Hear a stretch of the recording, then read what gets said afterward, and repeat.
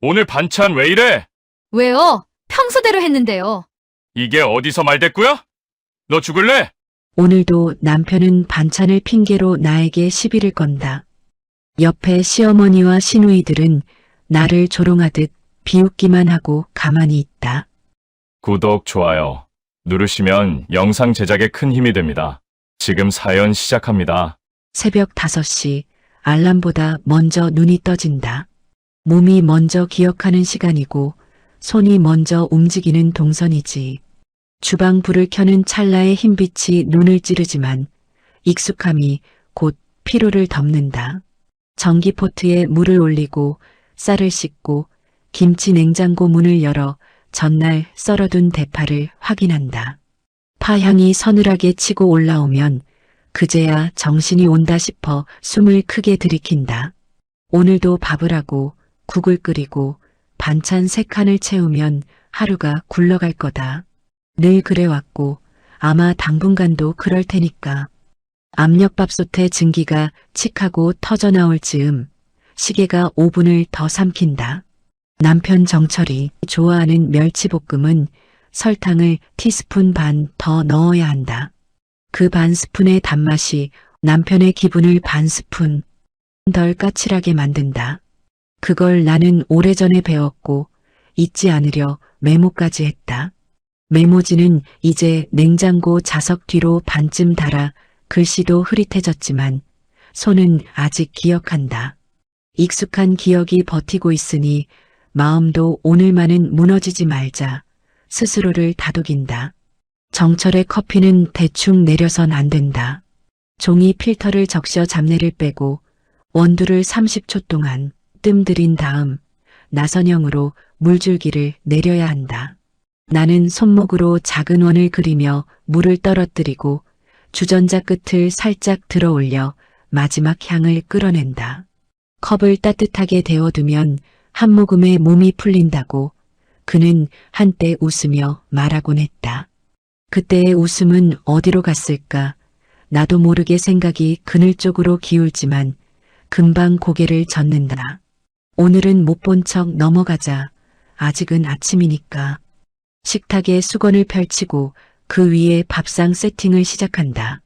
숟가락의 빛이 반짝이는 각도를 어머님은 기막히게 알아채신다. 밥숟가락은 여기, 국숟가락은 그 옆이라 하셨고 진짜로 그게 다르면 표정이 굳는다. 나는 반찬 접시의 방향도 조심스럽게 맞추고 김치의 결이 흐트러지지 않게 젓가락 끝을 최대한 가볍게 한다. 이 작은 집중이 나를 겨우 나로 묶어준다. 낮게 깔린 라디오에서 새벽 뉴스가 흘러나오고 사회면 헤드라인이 2번째를 지나칠 때쯤 현관문이 열린다. 정철이 하품을 삼키며 들어온다. 눈은 스마트폰으로 쏠려 있고 손가락은 화면을 두드린다. 여보, 커피. 자동 재생 같은 말투. 나는 자동 응답처럼 컵을 내민다. 어머님 깨우고 올게. 그는 대답을 건너뛰고 뉴스 영상을 켠다. 볼륨이 커졌는지 주방 창문 유리가 미세하게 떨린다. 한숨이 목구멍에 걸려 나오려다 나는 물 한 모금으로 밀어넣는다. 어머님 방 문을 두드리면 한 박자 쉬고 들어와가 나온다. 침대 머리맡에는 어젯밤에 정리해둔 약통이 가지런하다. 어머님은 약의 순서를 바꾸는 걸 싫어하신다. 혈압, 당뇨, 비타민 순서대로 손에 올려드리면 어머님은 내 손끝을 흘끗 본다. 오늘 반찬은 뭐냐? 멸치볶음이랑 나물 2가지, 콩자반 조금이에요. 된장국 끓였고요. 멸치 딱딱하지 않게 했지? 네, 물에 불리고 볶을 때 간장 먼저 넣었어요. 그거면 됐다. 허락의 말 같은데 이상하게도 마음이 축 처진다.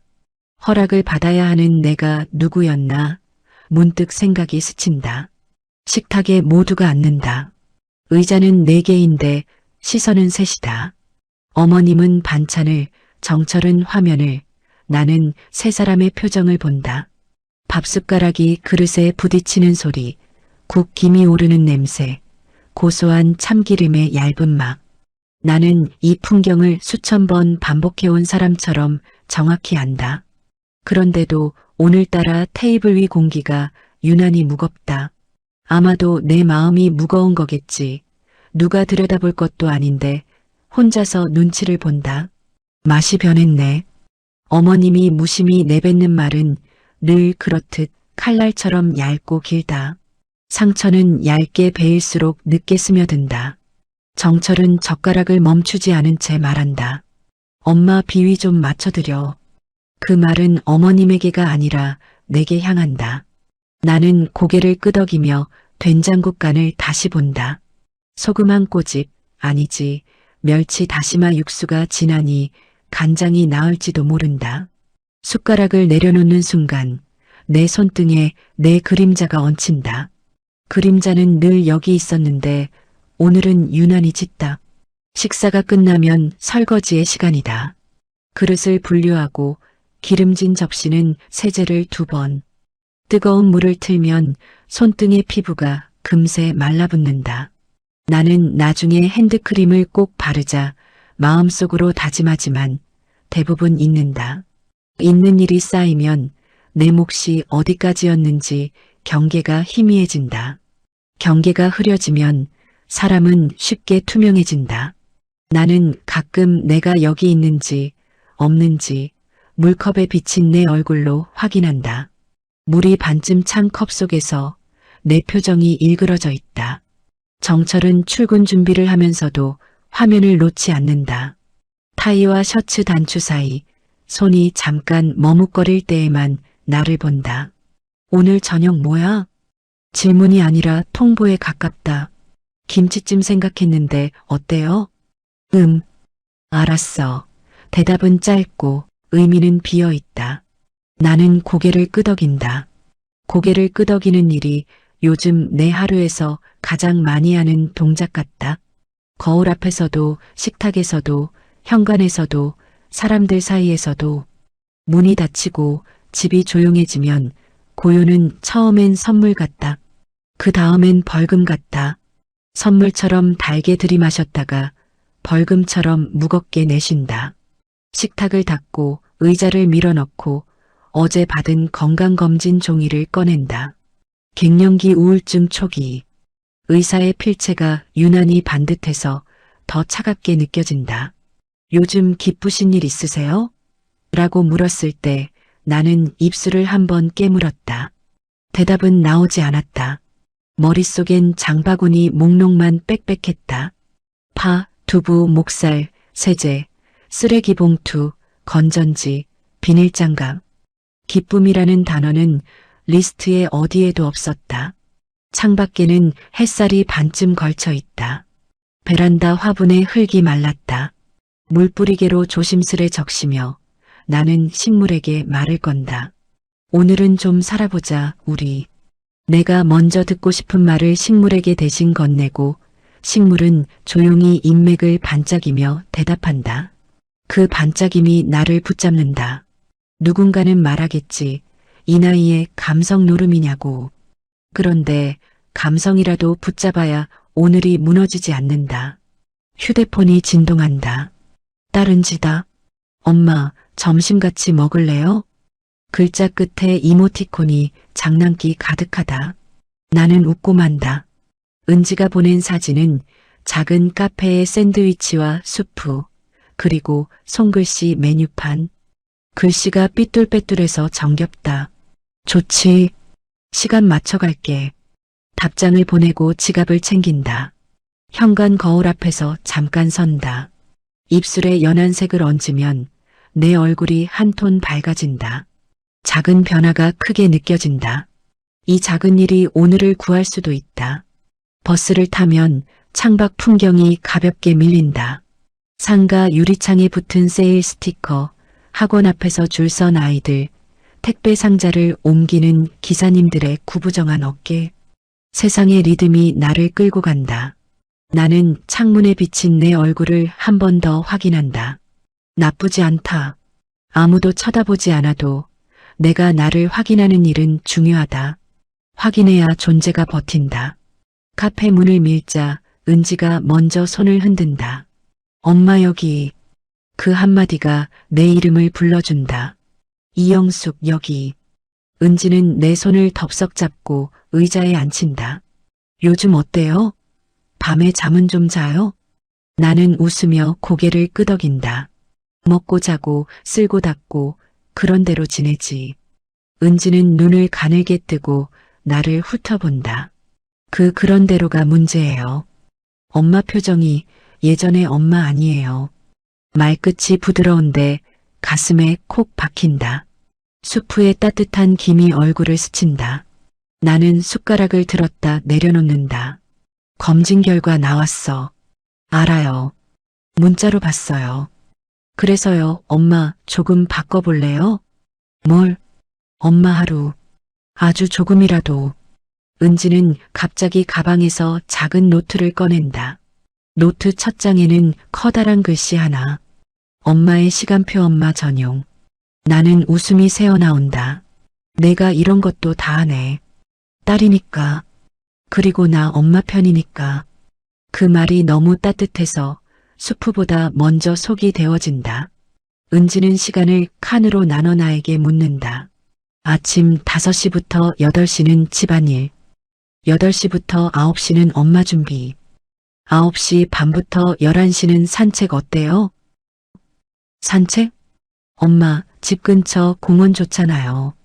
나무들 키도 엄마 또래 됐을걸요. 같이 자랐으니까. 나는 고개를 끄덕인다. 그럴까? 그리고 오후에는 엄마가 하고 싶은 것 하나. 아주 작은 거. 작은 거라면? 어제 방 정리하다가 엄마 사진 앨범 봤어요. 은지가 조심스럽게 웃는다. 단발머리 엄마. 배낭맨 엄마.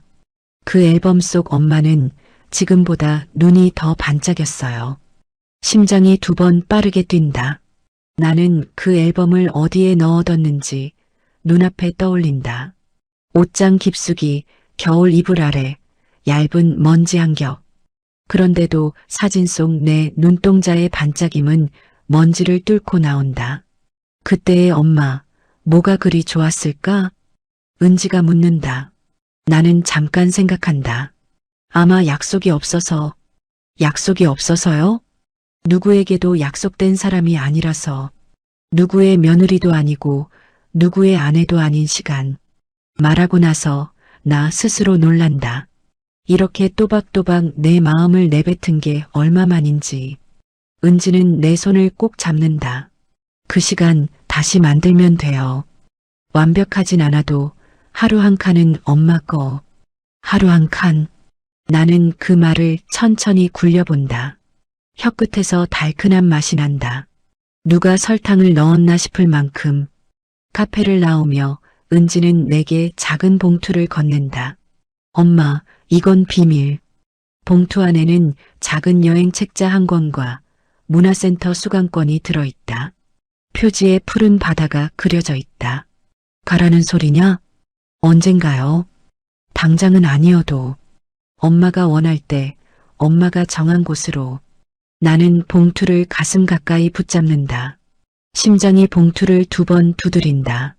내 몸 안에서 나는 아직 살아있고 여전히 신호를 보낸다. 그 신호를 지금까지 못 들은 척했을 뿐이다. 집으로 돌아오는 길, 햇빛이 눈부시다. 나는 선글라스를 꺼내 쓴다. 이 작은 장비 하나로 세상이 갑자기 견딜만해질 때가 있다. 현관 비밀번호를 누르고 집 안으로 들어간다. 방금 전까지 어지러웠던 마음이 신기하게 차분해진다. 나는 주방 창을 끝까지 열고 바람을 들인다. 바람이 커튼을 밀다가 식탁 위를 가볍게 쓸고 냉장고 문짝의 자석 메모를 흔든다. 메모 끝이 살짝 들리며 은주라는 이름이 보였다 사라진다. 아니, 영숙. 나는 내 이름을 큰 소리로 부른다. 이영숙. 소리가 벽에 부딪혔다가 나에게 돌아온다. 낯설고 동시에 반갑다. 거실 한켠 오래된 서랍장을 열어 앨범을 꺼낸다. 먼지가 손등에 내려앉는다. 나는 조심스럽게 페이지를 넘긴다. 단발머리에 내가 웃고 있다. 눈가에 주름이 아직 자리 잡기 전 잇몸까지 보이며 마음껏 웃던 얼굴. 사진 속 나는 어딘가로 떠나기 직전 같은 표정을 하고 있다. 가벼운 배낭, 헐렁한 셔츠, 바람에 들썩이는 옷자락. 그때의 공기가 사진 속에서 아직도 흐르고 있는 것 같아 숨이 길어진다. 그 순간 부엌 타이머가 작게 울린다. 저녁 준비를 시작하라고 알려주는 소리. 나는 타이머를 꺼두고 앨범을 다시 무릎 위로 끌어온다. 오늘은 다르게 해보자. 타이머보다 앨범이 먼저. 타인의 시간표보다 내 마음의 순서가 먼저. 사소한 순서를 바꾸는 일로도 사람은 달라질 수 있다. 작은 결심이 오늘을 뒤집을지도 모른다. 나는 공책을 펼쳐 적는다. 하루 한 칸, 나만의 시간. 그 아래에 아주 작은 글씨로 쓴다. 첫째, 산책. 둘째, 사진. 셋째, 나에게 편지. 편지는 뭐라고 시작해야 할까?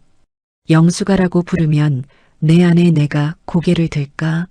나는 펜을 쥐고 장난스레 써본다. 영수가, 내가 여기 있구나. 글자를 쓰는 동안 믿기 힘들게도 눈물이 차오른다. 그 눈물은 섭섭함도 분노도 후회도 아닌 발견의 눈물에 가깝다. 잃어버린 물건을 다시 손에 쥘 때 어김없이 나오는 그 종류의 눈물. 해가 기울고 부엌 등불이 다시 켜진다. 나는 김치찜 대신 두부를 굵직하게 썰어 간단한 찜을 올린다.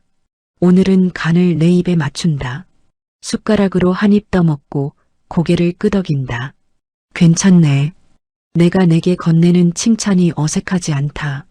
이 맛을 누구보다 먼저 알아주는 사람이 지금은 나여도 괜찮다. 언젠가 누군가와 나누게 된다면 좋겠지만 오늘은 이 정도면 충분하다. 현관 열쇠 소리가 들리고 집에 사람들이 하나둘 들어온다. 나는 서두르지 않는다. 식탁에 반찬을 올려놓고 자리에 앉기 전에 한 번 더 창밖을 본다. 어둑한 하늘 사이로 초승달이 떠오른다. 초승달은 아직 덜 찼지만 분명히 빛난다. 덜 찼다고 해서 달이 아닌 건 아니니까. 나도 그러면 좋겠다. 마음속으로 중얼거린다. 저녁상 앞에서 어머님이 묻는다. 오늘은 간이 많네. 나는 웃으며 대답한다. 제 입에는요, 아주 딱이에요.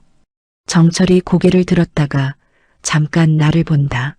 그의 눈빛에 스쳐 지나가는 낯설미 있다. 괜찮다. 낯설문 변화가 들어서는 문턱 같은 거니까. 사람은 문턱을 넘어야 방을 옮긴다. 식사가 끝나고 설거지를 절반쯤 하다가 수도 꼭지를 잠근다. 수건으로 손을 닦고 거실 불을 한 칸 낮춘다. 그리고 소파에 앉아 오늘의 공책을 다시 펼친다. 첫 줄에 동그라미를 친다. 하루 한 칸 성공. 그 동그라미 하나가 이상하리만치 든든하다. 기둥 하나가 세워진 느낌. 집 전체가 달라진 건 아니지만 내 안의 방 하나가 환해졌다고 믿고 싶다. 밤 모든 소리가 가라앉을 때 나는 조용히 창문을 연다. 바람이 커튼을 한 번 더 밀고 들어온다. 나는 그 바람에게 마음을 살짝 내어준다. 내일은 산책부터. 작게 말하고 불을 끈다. 어둠 속에서도 오늘의 나를 알아볼 수 있다. 그건 목소리의 온도 때문일 거다. 나는 나에게 들려줄 이야기를 조금 더 준비해 둔 채 눈을 감는다. 내일의 첫 문장은 이미 정해졌다. 영수가 일어나자. 우리 시간 시작하자. 토요일 아침, 어제보다 조금 늦게 눈이 떠졌다. 그런데 몸이 무겁다기보단 마음이 어딘가 허전하다. 어제 적어둔 하루 한 칸, 나만의 시간이라는 글씨가 자꾸 눈앞에 아른거린다. 나는 그 문장을 떠올리며 침대에서 일어나 옷장을 열었다. 겨울 이불을 정리하려고 꺼내다가 바닥 깊숙이 밀려 들어간 낡은 상자를 발견했다. 먼지가 두껍게 쌓인 상자를 끌어내는 순간 심장이 괜히 두근거린다. 뚜껑을 열자 빛바랜 앨범 한 권이 나왔다. 손때가 묻어 코너가 달아있는 내 청춘의 흔적이었다. 조심스레 페이지를 펼치니 젊은 내가 있었다. 단발머리에 웃음 가득한 얼굴, 헐렁한 청바지, 가벼운 배낭. 사진 속의 나는 낯설 만큼 자유로워 보였다. 아, 이 얼굴. 무심코 소리내어 중얼거렸다. 웃고 있는 내가 이토록 생기 넘쳐 보이다니. 지금 거울 속의 나와는 너무나도 다르다. 사진 뒷면에는 삐뚤빼뚤한 글씨로 적힌 메모가 있었다. 첫 월급, 나만을 위해 쓴 카메라. 그때 나는 혼자 여행을 떠나는 게 꿈이었다. 멀리 가본 적도 없었지만 나 혼자 비행기를 타고 낯선 거리를 걷는 상상을 하며 잠들곤 했다.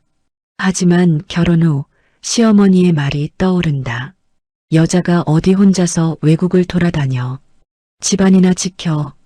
그 말은 단호했고 나는 그 앞에서 고개를 숙일 수밖에 없었다.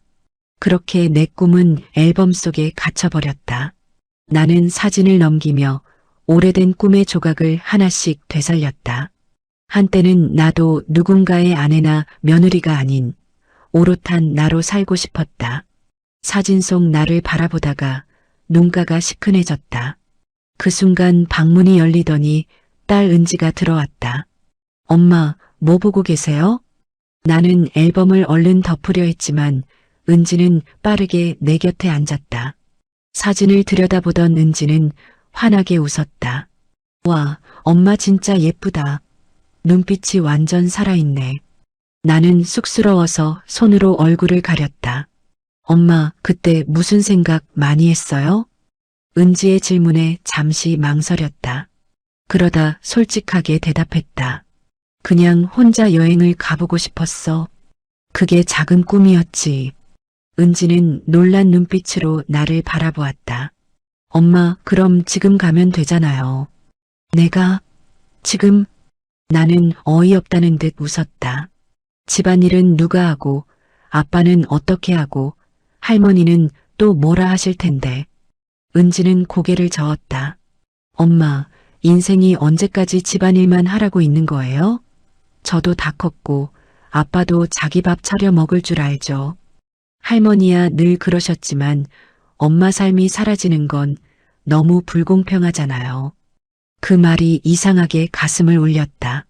누구도 내 편을 들어주지 않았는데 딸의 입에서 이런 말이 나오다니. 은지는 내 손을 꼭 잡으며 말했다. 엄마, 제가 티켓 끊어드릴게요. 엄마만의 여행 다녀오세요. 나는 놀라 고개를 저었다. 아니야, 그런 큰 돈을 내가 왜 써? 큰 돈 아니에요. 그리고 엄마가 떠나는 게 제일 큰 선물이에요. 엄마가 살아있는 모습을 보고 싶거든요. 은지의 진심이 담긴 말에 가슴이 뭉클해졌다. 그날 저녁 시어머니 민자 어머님께 내가 여행 이야기를 꺼냈다. 뭐라고? 내가 여행을 간다고? 웃기지도 않네. 나이 50이 넘어선 며느리가 집을 비우고 나돌면 집안 체면이 뭐가 되니? 어머님의 목소리는 쏘아붙이는 듯 날카로웠다. 옆에 있던 정철도 난감한 얼굴로 말했다. 여보, 집에만 있지 왜 굳이 나가려고 해? 그냥 마음만 다스려. 나는 고개를 떨궜지만 속에서는 작은 불씨가 일렁였다. 딸 은지가 말한 엄마만의 삶이라는 말이 자꾸 떠올랐다. 밤이 깊어 다들 잠든 후 나는 다시 앨범을 꺼냈다. 사진 속의 내가 이번엔 내게 말했다. 내가 원하잖아. 늦지 않았어. 그 목소리가 분명히 들리는 듯했다. 나는 사진 위에 손바닥을 얹고 다짐했다. 그래, 이번엔 멈추지 않을 거야. 다음 날 은지에게 조심스레 말했다. 혹시 여행지 추천해 줄래? 은지는 눈을 반짝이며 고개를 끄덕였다. 엄마, 이제 시작이에요. 그 순간 나는 오래된 앨범 속에 묻혀있던 나를 조금은 되찾은 듯했다. 여전히 두렵지만 두려움 뒤에 기다리고 있는 자유가 나를 불렀다. 한때 접어둔 꿈이 다시 내 앞에 놓여 있었다.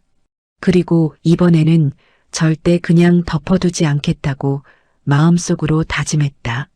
출국 당일 공항 전광판에 적힌 수많은 도시 이름 앞에서 나는 잠시 발을 멈췄다. 심장이 터질 듯 두근거렸다. 가방끈을 꼭 쥔 손바닥엔 이미 땀이 배어 있었다. 평생 누군가와 함께하던 여행, 아니 사실상 가족의 뒤치다꺼리로만 다니던 여행과는 전혀 달랐다. 이건 정말로 내가 선택한 내 삶의 첫걸음이었다. 보안 검색대를 지나며 은지가 웃으며 했던 말이 떠올랐다. 엄마 무섭죠? 근데 무서운 만큼 설레는 거예요. 나는 고개를 끄덕이며 속으로 중얼거렸다. 그래, 무섭고 설레. 그러니까 이건 진짜야. 비행기 창가 자리에 앉자 작은 아이처럼 창밖을 바라보았다. 활주로에 줄지어 선 비행기들이 마치 제각기 떠날 준비를 하는 새 무리 같았다. 그리고 곧 거대한 몸체가 흔들리며 하늘로 솟구쳤다. 도시의 불빛이 점점 작아지더니 먹구름 사이로 은빛 날개가 달빛을 받아 반짝였다. 그 순간 내 안에서도 무언가 날개를 펼치는 듯한 감각이 일었다. 낯선 도시에 도착했을 때 공항 로비의 공기는 다르게 느껴졌다. 말소리도 억양도 간판의 글자도 하나같이 생경했지만 이상하게 두렵지 않았다. 오히려 설레는 낯설미 나를 휘감았다. 택시를 타고 호텔로 향하는 길, 창밖 풍경은 영화 속 장면처럼 스쳐갔다. 붉은 벽돌 건물, 노천 카페, 자전거를 타는 사람들, 길모퉁이의 작은 꽃가게까지. 아, 내가 진짜 여기 있구나. 나는 조용히 중얼거리며 지금 이 순간이 꿈이 아님을 확인했다. 호텔에 도착해 짐을 풀자마자 거리를 걸었다. 평생 가족의 일정에 맞춰 움직이다가 이제는 누구 눈치도 보지 않고 내 발길 닿는 대로 걷는 순간이었다. 가로수 그늘 아래 벤치에 앉아 잠시 숨을 고르니 마음속이 이상할 정도로 가벼웠다. 작은 빵집에서 갓 구운 크루아상을 사 먹고 시장에서 이름 모를 과일을 맛보며 웃음이 절로 났다. 처음 보는 풍경들이 나에게 너도 내 삶의 주인공이야 라고 속삭이는 듯했다. 낯선 골목길을 걷다 보니 작은 카페가 눈에 띄었다. 문 앞 칠판엔 오늘의 추천 라벤더 라테라고 적혀 있었다. 나는 호기심에 안으로 들어갔다. 잔잔한 음악이 흐르고 벽에는 오래된 흑백 사진들이 걸려 있었다.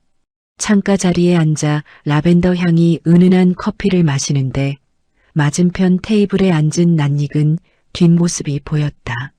넓은 어깨, 살짝 구부정한 허리, 그리고 회색빛 머리카락. 나는 눈을 크게 떴다. 설마. 조심스럽게 다가가 얼굴을 확인하는 순간 목이 멎는 듯했다. 그는 바로 강우진, 대학 시절 나와 같은 동아리에서 활동했던 친구였다. 세월의 흔적이 얼굴에 깊게 새겨져 있었지만 미소만큼은 그대로였다. 우진 씨 맞죠? 내 목소리는 떨렸고 우진은 놀란 듯 고개를 돌리더니 곧 환한 웃음을 지었다. 영수? 이게 얼마만이야? 그 순간 나는 30년 전으로 돌아간 듯했다. 우진은 나를 반갑게 맞으며 자리를 권했다. 서로의 안부를 묻고 지나간 세월을 이야기하다 보니 시간 가는 줄 몰랐다. 우진은 몇 년 전 아내를 먼저 떠나보냈다고 했다. 처음엔 삶의 의미를 잃고 방황했지만 혼자 여행을 다니며 다시 숨을 쉬게 되었다고 했다. 난 이제 더 이상 누굴 위해서만 살지 않아. 남은 시간만큼은 나 자신을 위해 살기로 했어. 내가 웃고 있는 걸 보니 이제 내 차례인 것 같네. 그 말은 내 가슴을 깊숙이 파고들었다. 나는 여태껏 아내, 엄마, 며느리라는 이름으로만 살아왔다. 정작 이영숙이라는 내 이름은 언제부턴가 사라져버렸다. 하지만 지금 우진의 말은 잊고 살았던 나를 다시 불러내는 것 같았다. 나 자신을 위해 산다. 나는 그 말을 속으로 되뇌며 눈시울이 뜨거워졌다. 우진은 나를 격려하며 말했다. 늦었다고 생각할 때가 사실은 가장 빠른 거야. 내가 살아보니까 후회는 안 해도 아쉬움은 남더라고. 그러니까 내가 하고 싶은 건 미루지 마. 작은 거라도 지금 시작해. 나는 고개를 끄덕였다. 은지가 했던 말과 똑같았다. 세상은 내게 계속 같은 신호를 보내고 있었다. 이제는 그 신호를 외면하지 말아야 했다. 카페 밖으로 나오니 석양이 거리를 붉게 물들이고 있었다. 햇살 사이로 비둘기들이 날아오르고 거리 악사가 바이올린을 켜고 있었다. 나는 잠시 눈을 감고 그 선율에 귀를 기울였다. 마치 내 삶의 새로운 챕터가 열리고 있다는 예고편 같았다. 호텔로 돌아오는 길, 발걸음이 전과 달랐다. 아까까지만 해도 낯선 도시의 풍경이 두려움으로 다가왔는데 이제는 내 삶의 배경이 되어주는 듯했다. 나는 스스로에게 속삭였다. 이건 도피가 아니야. 잊고 있던 나를 찾는 시작이야. 거울 앞에 서서 오늘 찍은 사진들을 하나씩 확인했다. 거리의 상인, 시장의 웃음소리, 그리고 카페에서 마주친 우진의 미소. 사진 속 풍경만큼이나 내 얼굴도 밝아져 있었다. 나는 앨범 첫 장에 적힌 글씨를 떠올렸다. 나만의 시간표 하루 한 칸. 그리고 오늘은 그 한 칸을 제대로 채웠음을 느꼈다. 밤 창문을 열자 도시의 불빛이 별처럼 반짝였다. 나는 그 불빛을 바라보며 다시 다짐했다. 이 여행은 끝이 아니라 시작이다. 그리고 나는 이제 진짜 나로 돌아가고 있다. 그 순간 어제까지의 공허함이 서서히 사라지고 있었다. 대신 가슴 한가득 설렘과 희망이 밀려왔다. 내일은 또 어떤 나를 만나게 될까? 나는 두근거리는 마음을 안고 천천히 눈을 감았다. 여행에서 돌아온 날 공항에 발을 딛는 순간부터 공기가 달라 보였다. 낯선 도시에서의 경험이 내 몸속에 남아 있었기 때문일까? 나는 아직도 길모퉁이, 카페의 향기, 석양에 물든 거리, 그리고 우진이 해준 말이 귓가에 맴도는 걸 느꼈다. 늦었다고 생각할 때가 가장 빠른 거야. 그 한 문장이 나를 붙잡고 있었다. 집 현관문을 열자 익숙한 냄새가 훅 밀려왔다. 김치 냄새, 오래된 가구 냄새, 그리고 무거운 공기. 시어머니 민자는 소파에 앉아 날 보자마자 목소리를 높였다. 어디를 그렇게 싸돌아다니다 이제 왔니? 집안 꼴이 말이 아니야. 나는 잠시 멈췄다. 예전 같으면 가슴이 철렁 내려앉고 변명부터 했을 것이다. 하지만 이번엔 달랐다. 나는 천천히 신발을 벗고 가방을 내려놓으며 담담히 대답했다. 저도 제 시간이 필요했어요, 어머니. 그 말에 민자는 눈을 크게 떴다. 예상치 못한 대답이었는지 한동안 말이 끊겼다. 부엌에서 남편 정철이 얼굴을 내밀었다. 여보, 다녀왔어? 고생했네. 하지만 그의 눈빛에는 묘한 낯설미 깃들어 있었다. 아마 내 눈빛이 변했음을 그도 알아차린 듯했다. 나는 무심하게 고개를 끄덕였다. 예전처럼 애써 웃거나 맞춰주지 않았다. 그날 저녁 식탁에 둘러앉은 가족 앞에서 나는 조심스럽지만 단호하게 말했다. 앞으로 저는 저를 위한 시간을 가질 겁니다. 제 삶을 찾고 싶어요. 정철은 젓가락을 내려놓으며 황당하다는 듯 웃었다. 당신이 할 일이 뭔데? 당신은 내 아내고 은지 엄마고 그리고 우리 집 며느리잖아. 나는 그 말을 기다렸다는 듯이 고개를 끄덕였다. 맞아요. 그건 당신들이 나를 부르는 이름들이죠. 하지만 제 이름은 이영숙이에요. 그 이름으로도 살아야겠어요. 식탁 위 공기가 얼어붙었다. 어머님은 헛기침을 하며 고개를 돌렸고 정철은 말을 잇지 못한 채 숟가락만 만지작거렸다. 그날 밤 나는 방 안에 앉아 오래된 앨범과 공책을 펼쳤다. 그리고 여행에서 찍은 사진 몇 장을 붙였다. 거기엔 웃고 있는 내가 있었다. 나는 그 사진 밑에 이렇게 적었다. 나는 나로 존재한다. 내 삶의 주인은 나다. 글자를 쓰며 손이 떨렸지만 마음은 오히려 단단해졌다. 며칠 후 은지가 함께 동네 문화센터를 찾아가자고 했다. 엄마, 여기 외국어 강좌랑 사진 동호회 있대요. 엄마 딱 좋아할 것 같아요. 나는 잠시 망설였지만 결국 신청서를 작성했다. 손에 펜을 쥐고 내 이름을 또박또박 적는 순간 묘한 전율이 흘렀다. 이름 석자가 종이에 새겨지는 것만으로도 나는 살아있음을 느꼈다. 첫 수업날 문화센터 강의실 문 앞에 서니 가슴이 콩닥거렸다. 낯선 사람들 사이에 들어가는 게 두려웠다. 하지만 강사님이 환하게 웃으며 내 이름을 불렀다.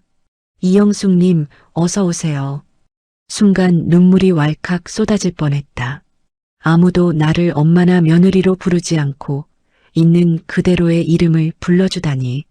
그 사소한 호명 하나가 내 심장을 뜨겁게 만들었다. 영어 회화 수업은 쉽지 않았다. 발음은 꼬이고 단어는 금방 잊혀졌다. 하지만 나는 웃으면서 다시 시도했다. 옆자리에 앉은 또래 아주머니가 격려의 눈빛을 보내주자 나도 미소로 화답했다. 작은 교류가 오래된 벽을 허무는 것 같았다. 사진 동호회 모임에서도 마찬가지였다. 카메라를 제대로 다뤄본 적은 없었지만 찍는 순간만큼은 자유로웠다. 내가 보고 싶은 풍경을 내 눈과 손으로 담는다는 게 이렇게 짜릿한 줄 몰랐다. 며칠 뒤 내가 찍은 사진 몇 장을 은지에게 보여줬다. 길모퉁이 꽃집 앞 장미, 공원 벤치에 앉은 아이들, 저녁 노을에 물든 동네 풍경. 은지는 감탄하며 말했다. 엄마, 사진 진짜 잘 찍으신다. 색감이 살아있어요. 나는 부끄러워서 웃었지만 속으로는 오랜만에 자랑스러웠다. 누군가에게 인정받은 게 아니라 나 스스로가 뿌듯했던 것이다. 집에 돌아오면 어머님은 여전히 잔소리를 퍼부었다. 나이 들어서 무슨 공부야.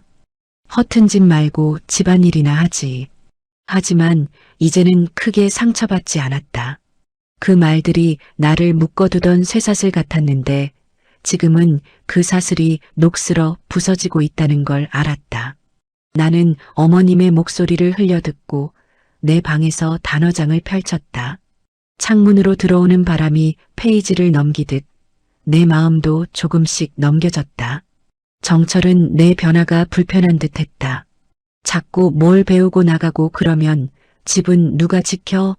나는 차분하게 대답했다. 집은 집이고 제 인생은 제 인생이에요. 저는 이제 둘 다 지키고 싶어요. 그 말에 정철은 할 말을 잃었다. 그의 침묵 속에서 나는 내 목소리를 더 크게 들을 수 있었다. 밤이 되어 불을 끄고 누웠을 때 나는 생각했다. 예전 같으면 하루에 피곤함만 가득했는데 요즘은 설렘이 함께 찾아온다. 내일 수업에서 배울 새로운 문장, 사진 동호회에서 찍을 새로운 풍경, 그리고 그 모든 걸 통해 내가 다시 만들어갈 새로운 나. 이 작은 변화들이 모여 나를 앞으로 이끌고 있었다. 거울 속에 내가 달라 보였다. 여전히 주름은 깊었지만 눈빛은 조금 더 선명해졌다. 나는 속삭였다. 영수가 이제 시작이야. 그 말이 내 안에 울리며 파도처럼 번져갔다. 아침 햇살이 주방 창문을 비집고 들어왔다. 예전 같으면 나는 이미 국을 끓이고 밥상을 차려놓았을 시간이었다. 그러나 오늘 식탁 위엔 작은 쪽지 하나만 덩그러니 놓여 있었다. 아침은 각자 챙겨 드세요. 오늘 오전 수업이 있어요, 영숙. 처음으로 아침 밥상이 비워진 풍경. 정철은 냉장고 문을 열었다 닫았다 하며 투덜거렸다. 이게 뭐야, 국도 없고 반찬도 없네. 시어머니 민자는 눈살을 찌푸리며 잔소리를 늘어놓았다. 며느리가 집안일을 내팽개치고 어디나 다니는 거야. 예전 같았으면 상상도 못했지. 그 말에 정철은 대꾸하지 않았다. 하지만 속으론 어쩐지 허전함을 느끼고 있었다. 그 허전함이 단순히 밥상 때문만은 아니란 걸 본인도 알았다. 문화센터에서 돌아온 나는 웃으며 인사를 건넸다. 오늘 점심은 제가 간단히 차릴게요. 다들 잘 드셨어요? 민자는 대놓고 불만을 드러냈다. 내가 김치찌개 끓여 먹었지. 내가 안 하니까 할 수 없잖아. 예전 같으면 미안하다고 고개를 숙였을 텐데 이번엔 달랐다. 어머니, 그동안 제가 해드린 게 당연한 게 아니었어요. 제가 좋아서 한 거였죠. 앞으로는 저도 제 시간을 가지려 해요. 내 목소리는 떨리지 않았다. 민자는 황당하다는 듯 나를 노려보았다. 정철은 어정쩡하게 웃으며 대화를 중재하려 했다. 여보, 그냥 예전처럼 하면 안 돼? 집안이 괜히 어수선해지잖아. 나는 남편을 똑바로 바라봤다. 정철 씨, 저는 이제 예전처럼 살지 않으려고 해요. 내가 없는 아침도 언젠간 익숙해져야 할 거예요. 순간 정철은 말을 잃고 입술을 다물었다. 그의 표정에는 당황과 두려움이 뒤섞여 있었다. 시간이 흘러 저녁 무렵이 되었다. 이번엔 식탁에 모여 앉은 가족이 각자 젓가락을 들었지만 분위기는 어색했다. 민자는 한숨을 쉬며 말했다. 나이 50 넘은 며느리가 주책이지 뭐. 공부를 하겠다니 하긴 요즘 사람들은 다 그렇다더라. 나는 조용히 밥을 씹으며 대답했다. 어머니, 저도 사람입니다. 며느리이기 전에 한 사람으로 살고 싶어요. 짧은 대답이었지만 식탁 위엔 긴 침묵이 흘렀다. 그날 밤 정철은 내 방 문을 열고 들어왔다. 당신 요즘 왜 이러는 거야? 누구 만나고 다니는 거 아니야? 의심 가득한 눈빛이 나를 훑었다. 나는 씁쓸하게 웃었다. 그래요, 맞아요. 새로운 사람을 만났어요. 바로 저 자신이요. 그동안 잊고 살던 나를 다시 찾고 있는 중이에요. 정철은 대꾸하지 못했다. 그의 얼굴에 스쳐 지나간 것은 분명한 불안이었다. 며칠이 지나면서 상황은 더 뚜렷해졌다. 아침마다 내가 없는 부엌, 내가 차려주지 않는 반찬, 그리고 빈자리를 의식하는 가족들. 민자는 틈만 나면 내가 늙어서 이 꼴을 다 본다며 혀를 찾고 정철은 집안 공기가 흔들리는 걸 견디지 못했다. 하지만 나는 흔들리지 않았다.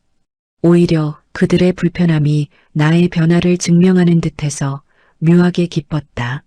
문화센터 수업이 끝난 날 나는 집 근처 공원에서 하늘을 찍었다. 노을이 붉게 물든 하늘 아래 나무 사이로 빛이 스며들었다. 사진기를 들고 있는 내 손이 마치 세상을 새롭게 붙잡는 것 같았다. 나는 속으로 다짐했다. 나는 더 이상 그림자처럼 살지 않을 거야. 집에 돌아오자 정철이 식탁에 앉아 있었다. 그는 낮게 말했다. 솔직히 당신이 이렇게 달라지니까 무섭다. 나는 고개를 끄덕였다. 괜찮아. 무서운 게 정상이에요. 나도 무서우니까. 하지만 우리 이 변화 받아들여야 해요. 정철은 한참 나를 바라보다가 고개를 숙였다. 어쩌면 가족 모두가 지금 흔들리고 있었다. 그러나 그 흔들림은 새로운 균형을 만들기 위한 과정일지도 몰랐다. 나는 창밖을 바라보며 속으로 중얼거렸다. 이제 시작이야. 진짜 변화는 아직 오지 않았어.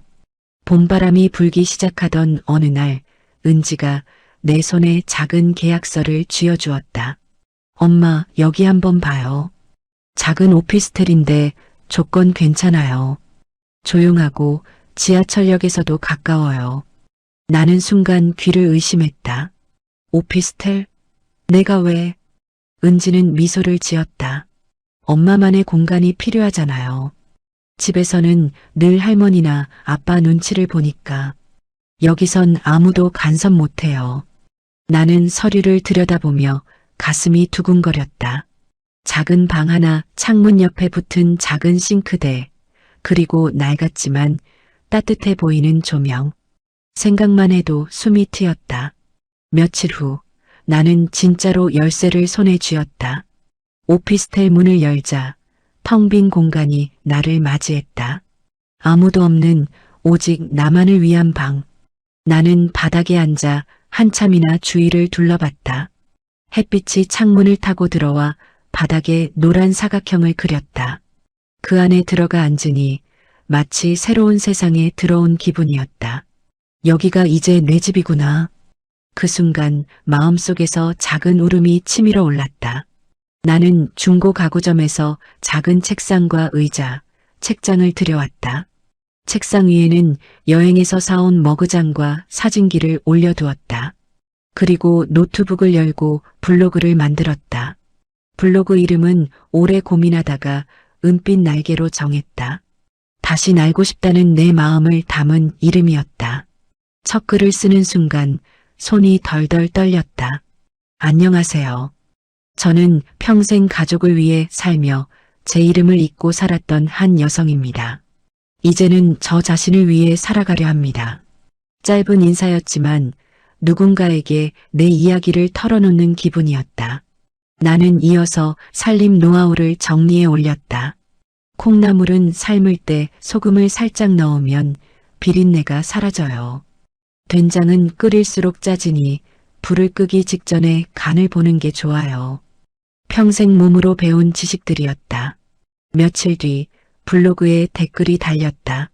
저도 며느리로 살며 많이 지쳤는데 선생님 그래서 위로를 얻었어요. 작은 팁이 큰 도움이 되네요. 감사합니다. 나는 모니터 앞에서 한참을 울었다. 내가 쓴 글이 누군가에게 닿다니 그것만으로도 살아있음이 느껴졌다. 점점 글의 범위가 넓어졌다. 살림 비법에서 시작해 중년 여성의 자존감 회복에 대한 생각까지 적었다.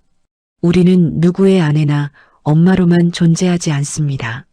이름을 가진 하나의 사람으로 존재합니다. 그 글에 수십 개의 공감과 댓글이 달렸다.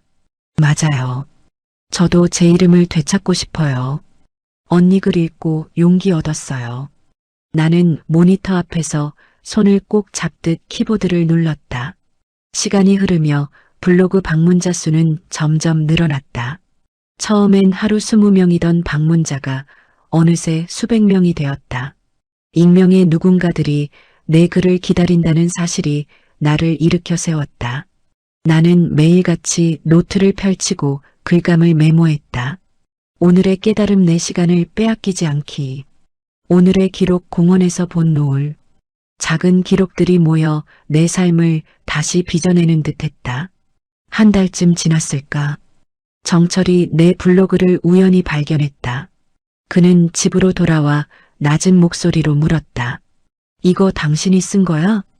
은빛 날개 그거 당신이지? 나는 피하지 않았다. 그래, 나야. 내 이야기, 내 기록. 정철은 노트북 화면을 다시 바라보았다. 거기엔 내가 겪은 외로움, 며느리로서의 고통, 그리고 다시 일어서려는 다짐이 적혀 있었다. 정철은 아무 말도 하지 못했다. 그의 얼굴엔 충격과 혼란이 뒤섞여 있었다. 당신이 이렇게 힘들었다는 걸 난 몰랐네. 그가 중얼거렸다. 나는 담담히 대답했다. 몰랐던 게 아니라 알려고 하지 않았던 거예요. 정철은 고개를 떨구었다. 나는 더는 그의 눈치를 보지 않았다. 오피스텔에서 보내는 시간은 내게 새로운 세상이었다. 책상에 앉아 글을 쓰고 댓글에 답하며 내가 살아있음을 느꼈다. 창밖에서 들려오는 버스 소리조차 위로가 되었다. 혼자라는 게 더 이상 두려움이 아니라 자유가 되었다. 나는 어느 날 블로그 글 말미에 이렇게 적었다. 살아가는데 필요한 건 큰 용기가 아니었습니다.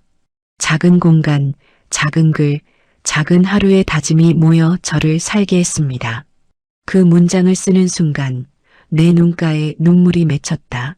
하지만 이번 눈물은 슬픔이 아니라 기쁨이었다. 민자는 여전히 불만을 늘어놓았다. 며느리가 집안일 내팽개치고 무슨 글이냐. 정철도 혼잣말처럼 중얼거렸다. 이젠 정말 달라졌구나. 그러나 나는 흔들리지 않았다. 나를 지켜주는 건 그들의 시선이 아니라 나의 글, 나의 공간, 나의 시간이었다. 나는 매일 아침 오피스텔 창가에 앉아 스스로에게 말했다. 여기서부터 다시 시작이야. 이 작은 방이 나의 날개가 될 거야. 블로그를 연 지 석 달째 되던 날, 나는 낯선 이메일 한 통을 받았다. 보낸 사람은 지역 케이블 방송국 PD였다. 메일 제목은 짧고도 강렬했다. 은빛 날개님 강연 제안을 드립니다. 나는 순간 화면을 의심했다. 블로그에 올린 글들이 누군가의 눈에 띄어 방송까지 연결될 줄은 상상도 못했다. 메일 내용을 읽는 동안 손끝이 저릿저릿했다. 중년 여성의 삶과 자존감에 대한 글을 감명 깊게 읽었습니다. 작은 강연에서 직접 이야기를 들려주실 수 있을까요? 나는 노트북 앞에서 한참을 멍하니 앉아 있었다.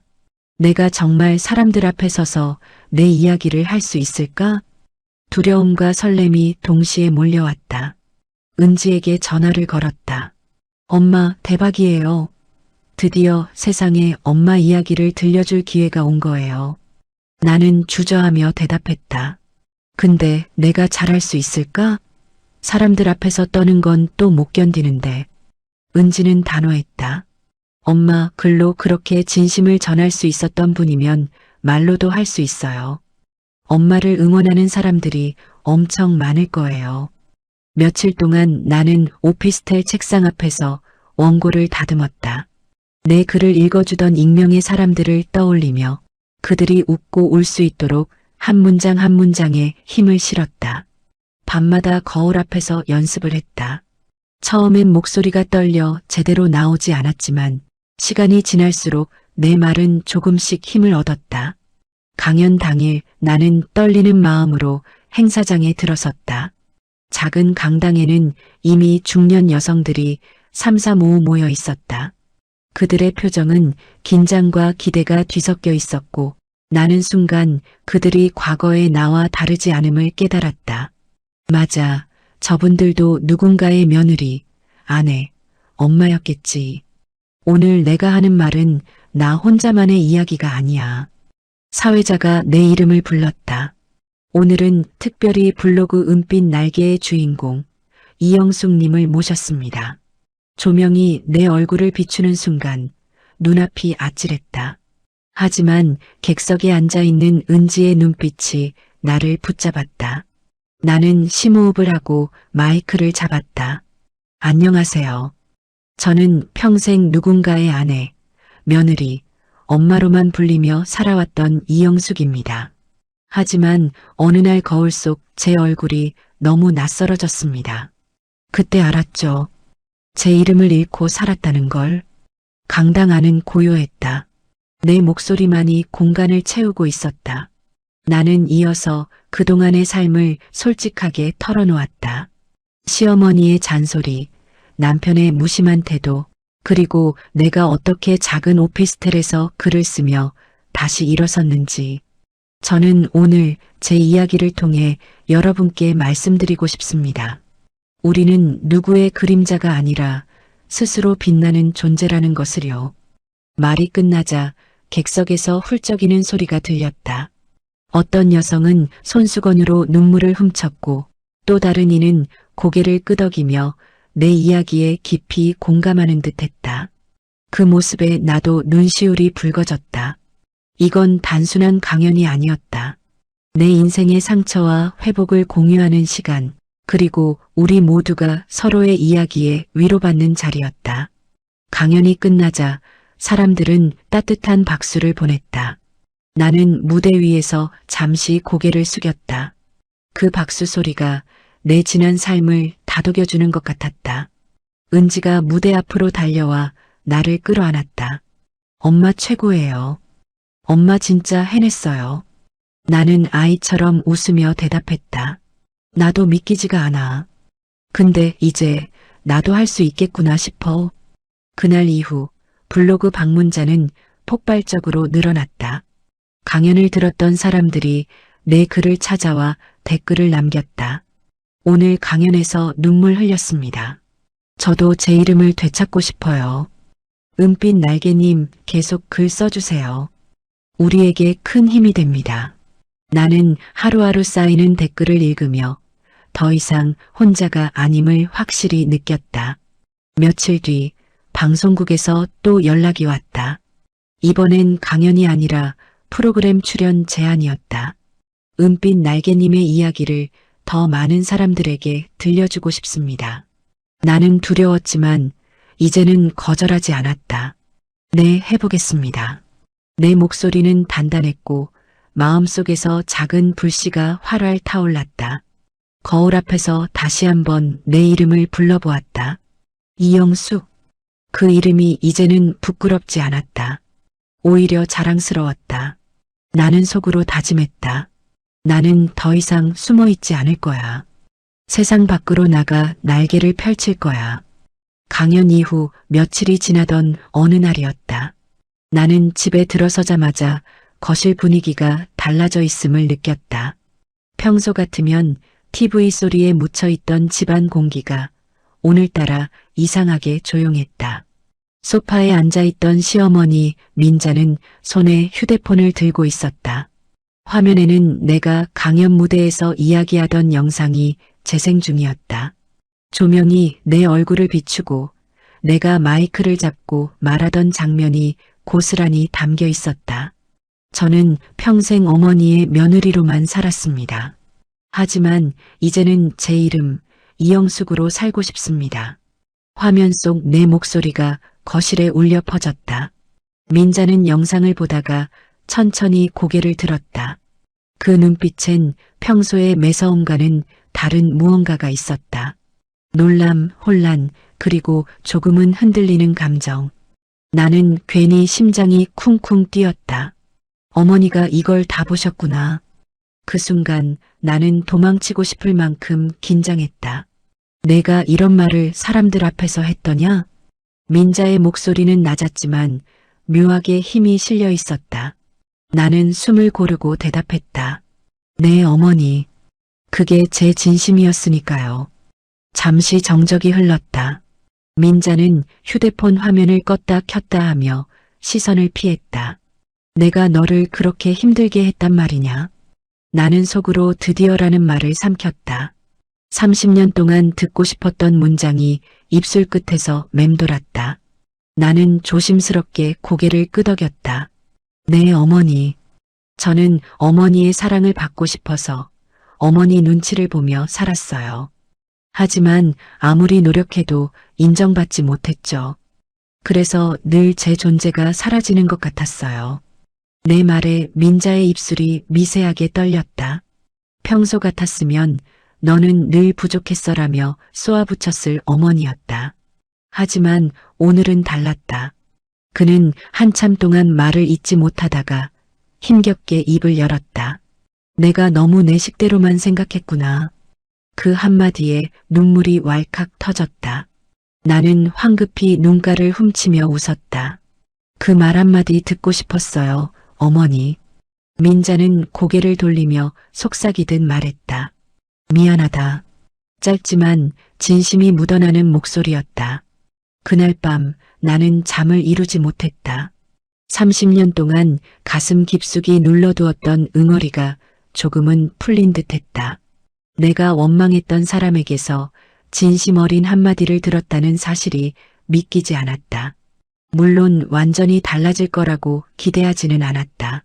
하지만 민자라는 사람의 마음속에도 아직 변할 수 있는 가능성이 있다는 걸 알게 되었다. 그것만으로도 내 삶은 조금 더 가벼워졌다. 다음 날 아침 나는 일부러 일찍 일어나 식탁에 소박한 아침상을 차렸다. 예전처럼 화려하지는 않았지만 따뜻한 미소와 함께 내밀고 싶었다. 어머니, 오늘은 제가 해드리고 싶었어요. 어제 말씀 고맙습니다. 민자는 말없이 숟가락을 들었다. 그러더니 국 한 술을 뜨고 나서 아주 작은 목소리로 중얼거렸다. 괜찮네. 간이 맞다. 그 평범한 한마디가 어쩐지 내겐 상장처럼 느껴졌다. 그날 저녁 나는 문화센터에서 돌아와 오피스텔에 들렀다. 책상 위 노트북을 켜고 오늘 있었던 일을 블로그에 적었다. 평생 인정받지 못한다고 생각했던 사람에게서 처음으로 미안하다는 말을 들었습니다. 아마 작은 변화지만 제겐 세상을 다 얻은 것 같은 순간이었어요. 글을 올리자마자 수십 개의 댓글이 달렸다. 용기 있는 고백이 결국 마음을 움직였군요. 저도 시어머니와의 관계에서 희망을 잃지 않아야겠어요. 댓글들을 읽으며 나는 눈물을 닦았다. 이건 내 개인의 이야기를 넘어 누군가의 삶에도 영향을 주고 있었다. 며칠 뒤 은지가 내게 물었다. 엄마, 할머니 좀 달라지신 것 같죠? 나는 고개를 끄덕였다. 그래, 아주 조금. 근데 그 조금이 나한테는 커. 은지는 활짝 웃었다. 엄마가 먼저 변했으니까 할머니도 변한 거예요. 결국 엄마가 이긴 거예요. 나는 문득 생각했다. 이긴다는 건 상대를 굴복시키는 게 아니라 마음을 움직이는 거라는 걸. 민자의 인정은 내 인생에서 가장 값진 승리였다. 며칠 후 강연을 다시 나가게 된 날. 이번엔 예상치 못한 손님이 있었다. 강당 뒷자리에 앉아있던 민자였다. 그는 팔짱을 끼고 무표정하게 앉아 있었지만 내가 무대에서 이야기를 시작하자 눈빛이 흔들렸다. 저는 이제 누구의 그림자가 아닌 제 이름으로 살고 있습니다. 내 목소리가 강당에 울려 퍼질 때 민자의 눈가에 반짝이는 무언가가 스쳤다. 강연이 끝난 뒤 민자는 무대 앞으로 천천히 걸어왔다. 사람들이 웅성거렸지만 나는 숨을 고르며 기다렸다. 민자는 내 손을 덥석 잡았다. 내 며느리가 아니라 우리 집안의 자랑이다. 순간 나는 눈물이 쏟아졌다. 30년간 기다려온 말이 마침내 내 앞에 도착한 것이다. 그날 밤 나는 일기를 썼다. 오늘 어머니는 나를 며느리가 아니라 한 사람으로 인정해 주셨다. 이날을 나는 오래도록 기억할 것이다. 이제 나는 알았다. 진정한 인정은 화려한 말이 아니라 오래 닫혀있던 마음이 열리는 순간에 온다는 것을. 그리고 그 인정은 나뿐 아니라 우리 가족 전체의 변화를 불러올 씨앗이 되리라는 걸. 민자의 작은 변화는 예상치 못한 여파를 남겼다. 그날 이후 정철은 유난히 말수가 줄었다. 예전 같으면 퇴근 후 들어오자마자 TV를 켜고 맥주캔을 따며 하루의 짜증을 늘어놓았을 그가 요즘은 거실에서 묵묵히 신문을 펼치거나 내 눈치를 살피듯 애매한 거리를 두었다. 나는 그의 그런 모습을 보면서도 예전처럼 먼저 다가가지 않았다. 대신 내 일정에 집중했다. 문화센터 수업, 사진 동호회 모임, 오피스텔에서의 글쓰기. 하루하루가 바쁘고 실했다. 정철은 아마도 처음 느껴보는 낯선 공백에 휘청거리고 있었을 것이다. 그에게는 언제나 집안의 일은 아내가 챙기는 것이라는 전제가 있었다. 그 전제가 흔들리자 그는 어디에 발을 디뎌야 할지 모르는 듯했다. 어느 날 저녁 나는 강연 원고를 다듬고 있었다. 책상 위에는 형광펜으로 밑줄 친 문장들이 가득했고 나는 거울 앞에서 발음을 고쳐가며 연습 중이었다. 그때 방문이 살짝 열리더니 정철이 머뭇거리며 들어왔다. 연습하나 보네. 나는 고개를 끄덕였다. 응, 내일 또 강연이 있어. 정철은 한동안 말없이 서성이다가 조심스럽게 의자에 앉았다. 솔직히 말할게. 그가 낮게 말을 꺼냈다. 처음엔 당신이 이러는 게 너무 불편했어. 내 아내가 왜 남들 앞에서 우리 집 이야기를 꺼내나 싶고 또 사람들이 뭐라 할까 걱정도 되고. 나는 그를 바라보았다. 그의 표정에는 혼란과 후회의 그림자가 섞여 있었다. 근데 정철은 한숨을 길게 내쉬었다. 블로그 글을 다 읽어봤어. 당신이 얼마나 외로웠는지, 내가 어떻게 당신을 무시했는지. 그제야 알겠더라. 내가 당신을 아내라기보다 그냥 집안일 맡아주는 사람쯤으로 생각했던 거. 그의 목소리가 점점 떨렸다. 나는 가만히 그 말을 들었다. 30년 동안 단 한 번도 듣지 못했던 솔직한 고백이었다. 미안해. 진심으로. 정철은 손을 무릎 위에 꼭 쥔 채 고개를 숙였다. 나는 잠시 말을 잃었다. 그동안 듣고 싶었던 사과였다. 하지만 단순히 미안하다는 말로 끝낼 수는 없었다. 나는 천천히 입을 열었다. 정철 씨, 고마워. 하지만 그 말만으로는 부족해. 내가 원하는 건 사과가 아니라 존중이야. 정철은 눈을 들며 물었다. 존중이라 어떻게 하면 되는 건데? 나는 깊게 숨을 고르며 말했다. 내가 하고 싶은 일을 막지 말고 내 이름으로 서 있을 수 있도록 지켜봐줘. 당신 아내로서만이 아니라 이영숙이라는 사람으로 인정해줘. 정철은 오랫동안 아무 말이 없었다. 그의 눈가에는 후회의 그림자가 짙게 드리워졌다. 며칠 후 작은 변화가 시작되었다. 아침이면 내가 챙겨주던 커피를 스스로 내려 마셨고 저녁엔 가끔 설거지를 도와주기도 했다. 그는 서툴렀지만 그 서툼 속에서 진심이 느껴졌다. 여보, 이거 맞나? 접시는 이쪽에 두는 거야? 예전 같으면 무심히 던졌을 질문이었지만 그 순간만큼은 나를 하나의 파트너로 대하는 듯했다. 그날 밤 정철은 내게 다가와 말했다. 당신이 무대에서 말하던 거 다시 들려줘. 직접 내 앞에서 듣고 싶어. 나는 놀라며 물었다. 왜? 당신이 어떤 사람인지 제대로 알고 싶어서. 나는 잠시 머뭇거리다가 강연에서 했던 말을 그대로 은조렸다. 저는 평생 아내, 며느리, 엄마라는 이름 뒤에 숨어 살았습니다. 하지만 이제는 제 이름 이영숙으로 살아가고 싶습니다. 정철은 그 말을 들으며 눈을 감았다. 그리고 고개를 끄덕였다. 이제 알겠어. 나도 당신을 영숙이라고 부를게. 내 아내 이전에 당신 자신으로. 그 순간 나는 뭔가가 풀리는 듯한 해방감을 느꼈다. 물론 모든 게 단번에 달라지진 않을 것이다. 여전히 그는 습관처럼 내게 의존하려 들 것이고 나 역시 오래된 상처를 하루아침에 잊을 수는 없을 테니까. 하지만 최소한 그는 변하려 하고 있었다. 그리고 나는 그 변화를 받아들이기로 했다. 며칠 후 나는 또 다른 강연 무대에 섰다. 객석 맨 앞줄에 정철이 앉아 있었다. 그는 낯설 만큼 진지한 표정으로 나를 바라보고 있었다. 내가 말을 시작하자 그는 고개를 끄덕이며 경청했다. 강연이 끝나고 사람들의 박수가 쏟아질 때 정철은 가장 크게 손뼉을 치고 있었다. 그 모습이 눈부시게 낯설었다. 집으로 돌아오는 길 그는 내 손을 잡았다. 당신이 자랑스러워. 짧은 말이었지만 그 안에 담긴 진심은 충분히 전해졌다. 나는 속으로 생각했다. 이제야 조금 제대로 된 가족의 시작일지도 몰라. 그날 밤 나는 일기장에 이렇게 적었다. 존중은 사과보다 깊다. 그리고 존중은 사랑의 또 다른 이름이다. 봄이 완연해진 어느 토요일 아침, 집안 공기가 전과 달랐다.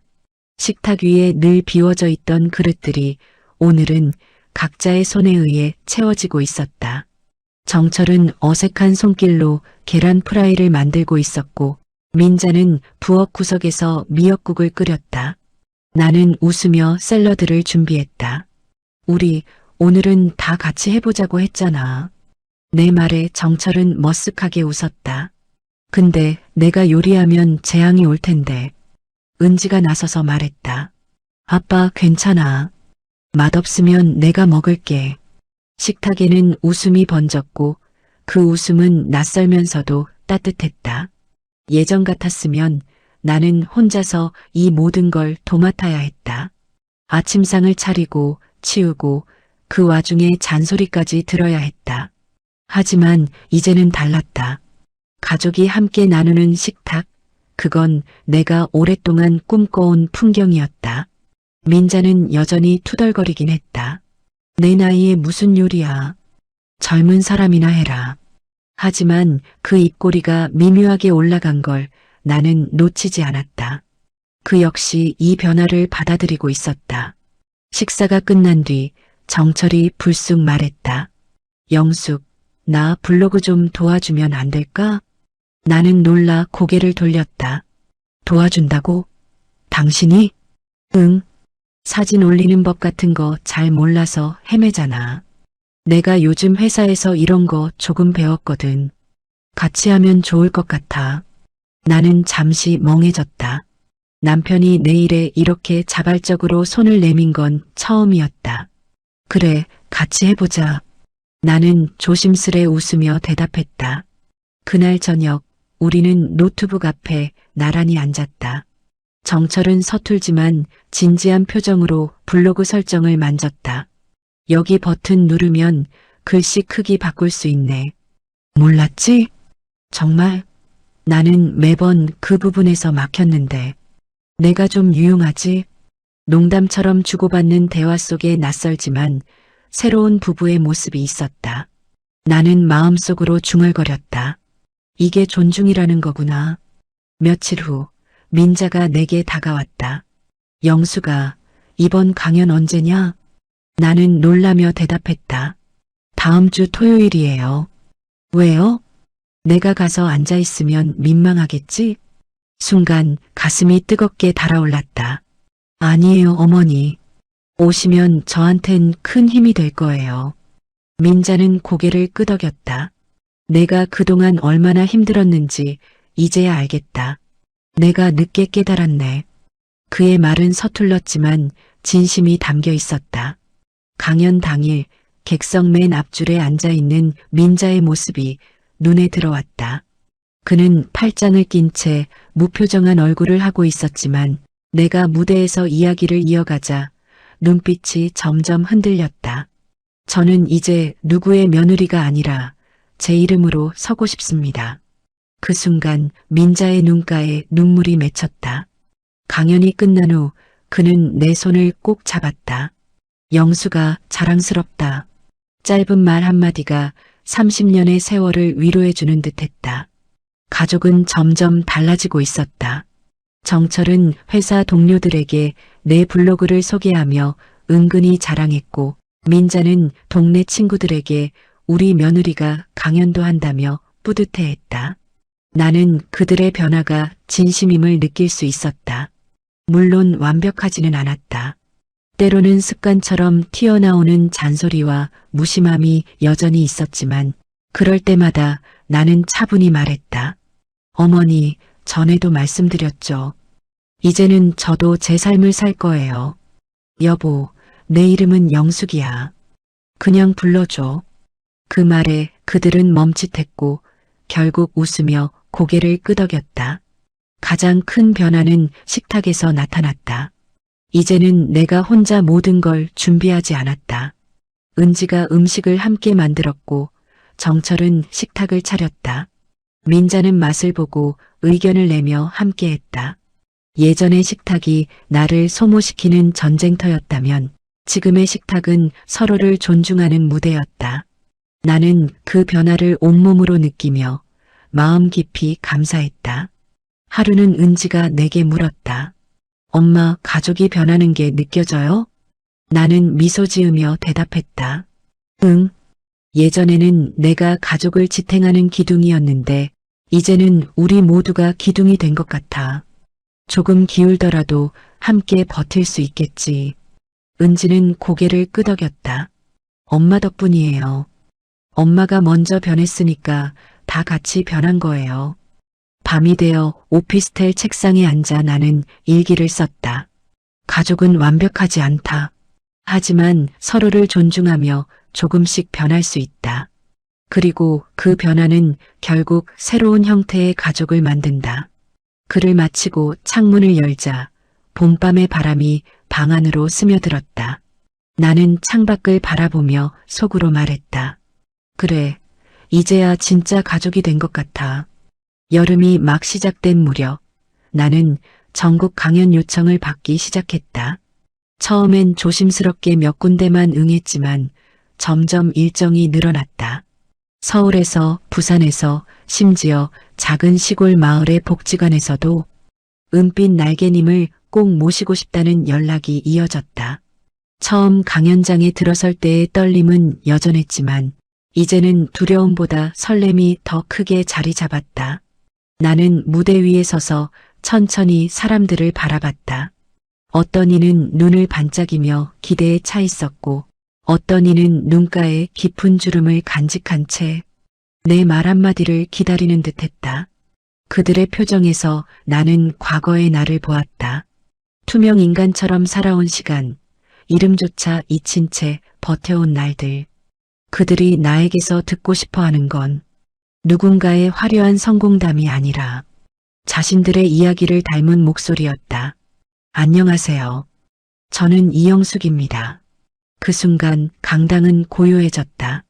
나는 이제 더 이상 누군가의 아내, 며느리, 엄마로만 소개되지 않았다. 내 이름으로, 내 삶으로, 내 목소리로 서 있었다. 강연이 끝나면 사람들은 내게 다가와 손을 꼭 잡았다. 선생님 이야기 덕분에 저도 용기를 냈어요. 저도 제 이름을 되찾고 싶습니다. 그들의 눈물과 웃음은 내 지난 세월의 고통을 위로해 주었다. 나는 그때마다 속으로 되뇌었다. 이제 나는 진짜로 세상에 돌아왔다. 어느 날 나는 블로그에 글을 올렸다. 저는 이제 단순히 경험을 나누는 사람이 아니라 중년 여성의 자립을 돕는 안내자가 되고 싶습니다. 그 글은 폭발적인 반응을 얻었다. 그리고 곧 나는 작은 워크숍을 열게 되었다. 참가자들은 대부분 나와 같은 나이대의 여성들이었다. 그들은 처음엔 수줍어했지만 이내 서로의 이야기를 털어놓으며 눈물을 흘렸다. 나는 그들의 손을 잡고 말했다. 우리는 혼자가 아닙니다. 함께라면 다시 시작할 수 있습니다. 워크숍이 끝난 뒤 나는 새로운 계획을 세웠다. 카페 겸 모임 공간을 열자. 누구든 와서 쉬어갈 수 있고 서로의 이야기를 나눌 수 있는 곳을 만들자. 그렇게 탄생한 것이 바로 은빛 날개 카페였다. 한강이 내려다 보이는 작은 건물 2층, 햇살이 잘 드는 창가에 책장을 놓고 한쪽 벽에는 내가 찍은 사진들을 걸었다. 카페 문을 열자마자 사람들은 모여들었다. 커피 향이 가득한 공간에서 누군가는 눈물을 흘리며 위로받았고 누군가는 웃음을 되찾았다. 그곳은 단순한 카페가 아니라 상처 입은 사람들이 서로의 날개를 확인하는 쉼터였다. 정철은 처음엔 카페 운영을 걱정했지만 이내 누구보다 열성적인 조력자가 되었다. 주말이면 커피 머신 앞에 서서 서툴게 라떼를 내리고 내가 강연을 나가면 가게 문을 대신 지켜주었다. 그의 그런 모습이 나에겐 기적처럼 느껴졌다.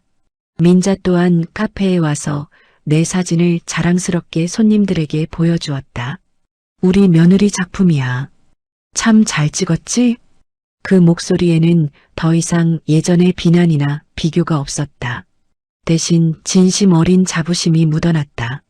나는 어느 날 거울 앞에 서서 속삭였다. 영수가 이제야 내가 돌아왔구나. 눈물 대신 웃음이 번졌다. 그 웃음은 주름 사이에 고이 새겨졌지만 그 어떤 장식보다도 빛나 보였다. 강연 요청은 점점 더 많아졌다. 이제는 단순히 지역 모임을 넘어서 전국 단위의 행사에 초대되기도 했다. 나는 무대 위에서 말할 때마다 과거의 나를 위로하는 동시에 앞으로의 나를 더욱 단단히 세워갔다. 그리고 무엇보다 내 이야기를 통해 다른 사람들이 용기를 얻는다는 사실이 내 인생의 새로운 의미가 되어주었다. 은지는 그런 나를 바라보며 말했다. 엄마, 이제는 진짜 이영숙으로 살아가네요.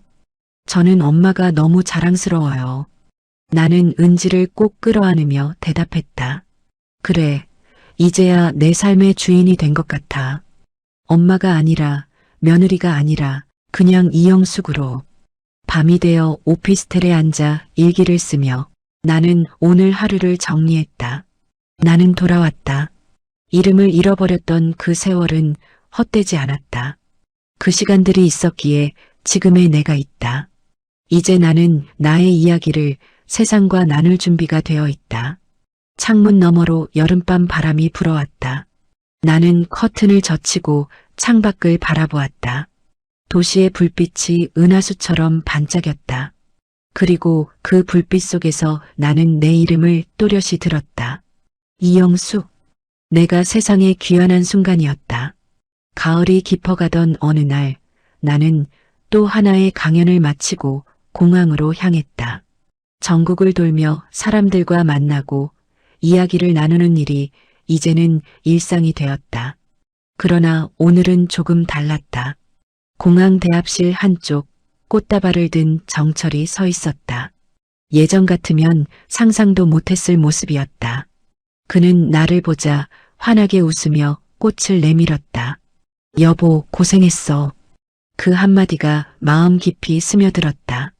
나는 꽃다발을 받아들고 웃었다. 당신이 이렇게 맞으러 오다니 참 신기하네. 이제는 나도 당신을 응원하고 싶어. 예전엔 몰랐는데 당신이 무대에 설 때 내가 더 자랑스러워. 정철의 눈빛은 진심이었다. 집에 돌아오니 식탁 위에 작은 케이크가 놓여 있었다. 은지가 준비한 것이었다.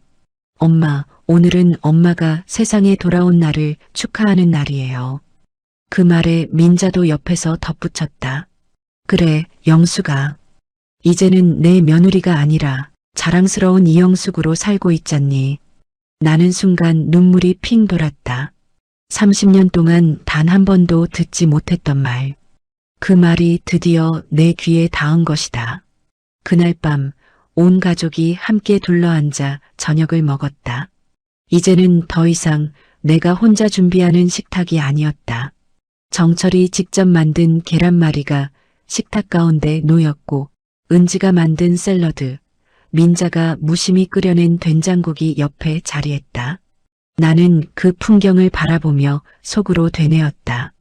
그래, 이게 진짜 가족이지. 누군가의 희생 위에 세워진 집이 아니라 서로가 존중하며 함께 만드는 집. 며칠 후 나는 드디어 새로운 공간의 문을 열었다. 이름하여 은빛 날개 카페.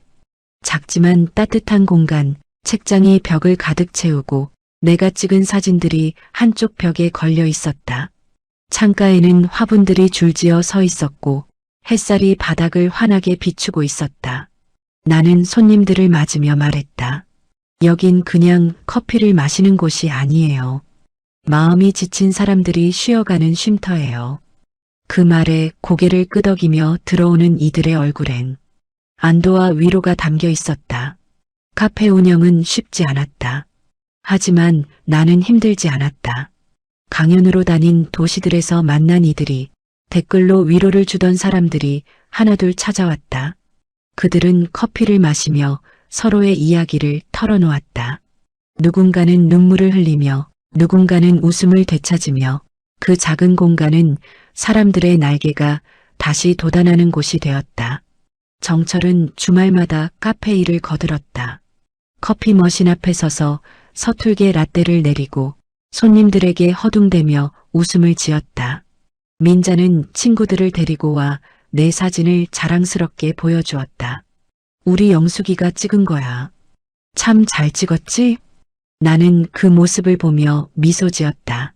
예전엔 상상할 수 없던 풍경이었다. 어느 날 은지가 내게 말했다. 엄마, 요즘은 진짜 행복해 보인다. 나는 고개를 끄덕였다. 그래, 나 이제야 알았어. 행복은 누군가에게 의지하는 게 아니라 내 힘으로 서는 데서 오는 거라는 걸. 은지는 내 손을 꼭 잡았다. 엄마, 나도 엄마처럼 살고 싶어. 그 말은 내 인생의 가장 큰 선물이 되었다. 시간은 흘러 나는 한강이 내려다 보이는 창가에 앉아 있었다. 노트북을 켜고 블로그에 글을 썼다. 오늘도 새로운 날개를 펼칩니다. 상처는 흉터가 되지만 그 흉터는 우리가 얼마나 강한 사람인지 증명하는 훈장입니다. 글을 올리고 창밖을 바라보니 강 건너 불빛이 별처럼 반짝이고 있었다. 나는 스스로에게 속삭였다. 이제 나는 더 이상 누군가의 그림자가 아니다. 나는 나 자신으로 은빛 날개로 날아간다. 마지막 장면, 나는 다시 여행 가방을 꾸렸다. 이번엔 혼자가 아니었다. 정철이 내 옆에서 웃으며 짐을 챙겼다. 여보, 어디든 같이 가자. 이제는 내가 당신과 함께할 차례야. 우리는 손을 잡고 공항으로 향했다. 등 뒤에서 은지가 환하게 웃으며 손을 흔들고 있었다. 민자도 작은 목소리로 말했다. 잘 다녀와라, 영수가. 내가 자랑스럽다. 공항 유리창 너머로 이륙을 준비하는 비행기가 보였다. 나는 깊게 숨을 들이마시며 속으로 다짐했다. 이제는 새로운 시작이다. 나의 삶, 나의 이름, 나의 날개로. 그리고 그 순간 내 안에서 은빛 날개가 활짝 펼쳐졌다. 이 이야기가 마음에 드셨다면 구독, 좋아요, 알림 설정 부탁드립니다. 누군가의 인생이 당신의 이야기가 될 수 있습니다.